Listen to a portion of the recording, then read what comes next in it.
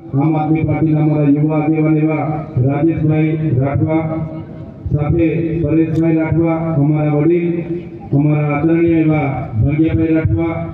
મધ્યપ્રદેશથી આજની સભામાં પોતાનો સમય લઈને આવેલા છે એવા સરપંચશ્રી અને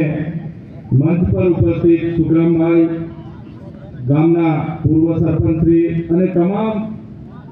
રંજનભાઈ, તમામ આગેવાનો સહિત મારી સામે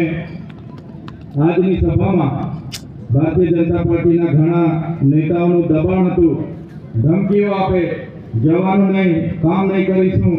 એવી ધમકીઓ સામે પણ મોટી સંખ્યામાં અહીંયા ઉપસ્થિત થયેલા મારા વડીલો, યુવાનો, માતા બહેનો બધાને ચૈતર વસાવાના જોહાર કરું છું, સૌને મારા નમન કરું છું.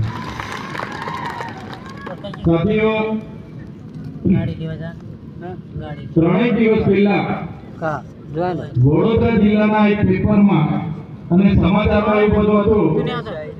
વડોદરા જિલ્લાના 5 જેટલા ધારાસભ્ય એમની પોતાની સરકારના મુખ્યમંત્રીને એમણે પત્ર લખ્યો